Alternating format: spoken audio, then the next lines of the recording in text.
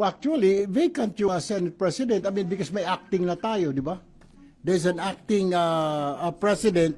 Si Sen Win, in his capacity as pro tempore, until a new Senate President is elected. And the only way that we can elect is we will have 13.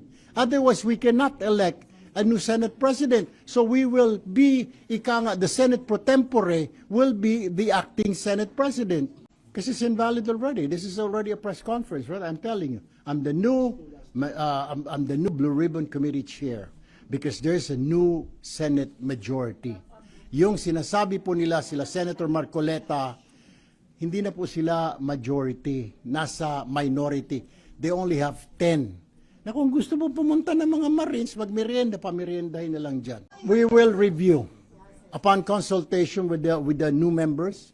Like I said, everybody is a member of the Blue Ribbon.